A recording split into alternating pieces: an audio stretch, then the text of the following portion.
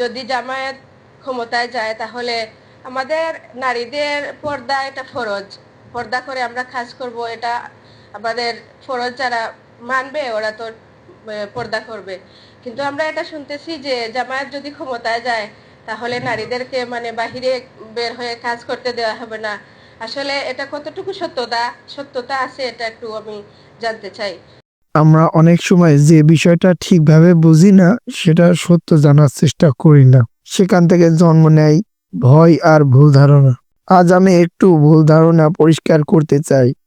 জামাত ইসলাম ক্ষমতায় এলে নারীদের অধিকার নিয়ে অনেকে বলে নারীদের নাকি দিনে 5 ঘন্টা ডিউটি করতে দেওয়া হবে, কিন্তু এটা কোনো শাস্তি নয়, এটা নারীদের জন্য সুবিধা। কাজের সময় কম হলেও ন্যায্য বেতন ঠিকই পাবে, দিতে হবে, এটা ইসলামের নিয়ম। বেতন কমানোর প্রশ্নই আসে না। আর একটা বড় ভুল ধারণা, বোরকা জোর করে পরানো হবে, এটা একেবারে সম্পূর্ণ ভুল।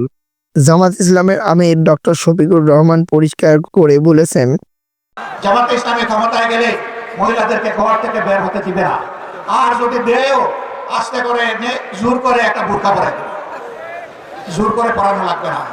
যে দেশে ইসলাম কায়েম হবে এদেশের মানুষেরা মায়েরা আনন্দের সাথেই সেদিন তারা ইজ্জতের জন্য তাদের সম্মানের মর্যাদার পোশাক পরিধান করবে।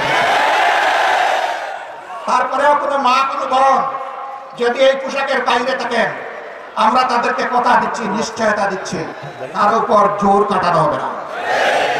কারণ এদেশে শুধু যারা বোরকা পরতে চাইবে না তারা ইসলামের সৌন্দর্য দেখে নিজেরাই বোরকা পরবে, আমাদের জোর করার দরকার নেই।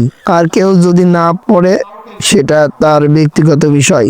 ভয় দেখিয়ে নয়, সত্য জানিয়ে রাজনীতি হওয়া উচিত। ইসলাম নারী অবহেলা নয়, মর্যাদা প্রতীক, আর সেই মর্যাদাই নিশ্চিত করার ন্যায় জামাত ইসলাম।